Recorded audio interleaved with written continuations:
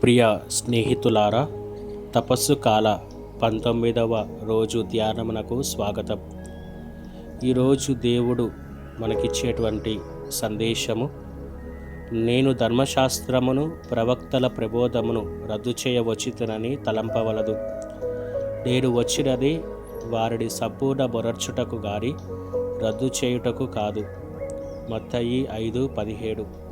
ప్రియ స్నేహితులారా, ఈరోజు సువిశేషములో యేసు ప్రభువు నేను ధర్మశాస్త్రాన్ని సంపూర్ణ మొనర్చుటకే గాని రద్దు చేయుటకు కాదు అని పలుకుతూ ఉన్నాడు.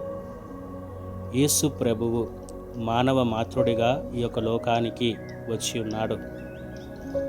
ఆయన దేవుడు కుమారుడు అయినప్పటికీ కూడా ఆయనకు 2 ముఖ్యమైనటువంటి స్వభావాలు, దైవ స్వభావము, మానవ స్వభావము కలిగి ఉన్నవాడు. మరి ఆయన దైవ స్వభావము ఉన్నప్పటికీ కూడా మరి మానవ మాతృడిగా మనందరి రక్షణార్థమై ఈ యొక్క లోకానికి ఆయన వచ్చి ఉన్నాడు.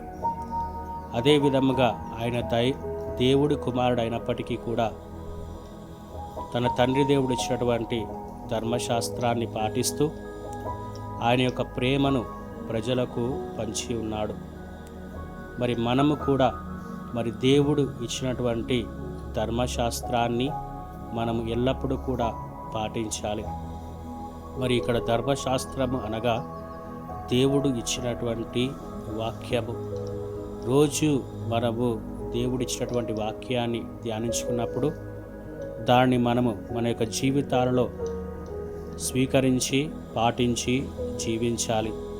అదే విధముగా దేవుడిచ్చినటువంటి 10 ఆజ్ఞలు, అలనాడు మోషేకి ఆ యొక్క పర్వతం పైన దేవుడు దర్శనమిచ్చి ఈ యొక్క 10 ఆజ్ఞలు ఇచ్చి ఉన్నాడు.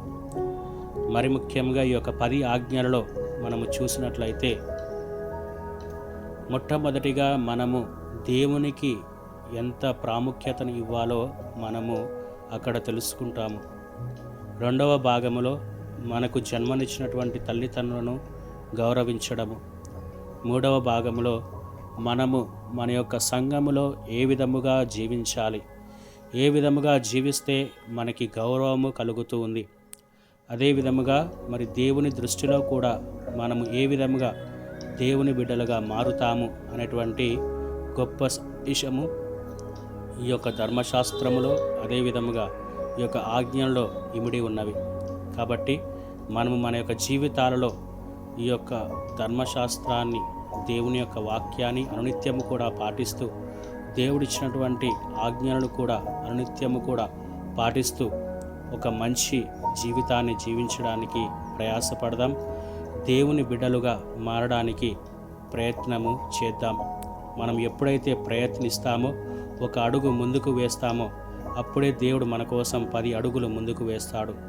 మరి ఈ యొక్క ప్రయత్నాన్ని ముందుకు సాగుతూ మరి దేవుని బిడ్డలుగా ఒక మంచి జీవితాన్ని జీవించడానికి ప్రయాసపడదాం. ఆమెన్.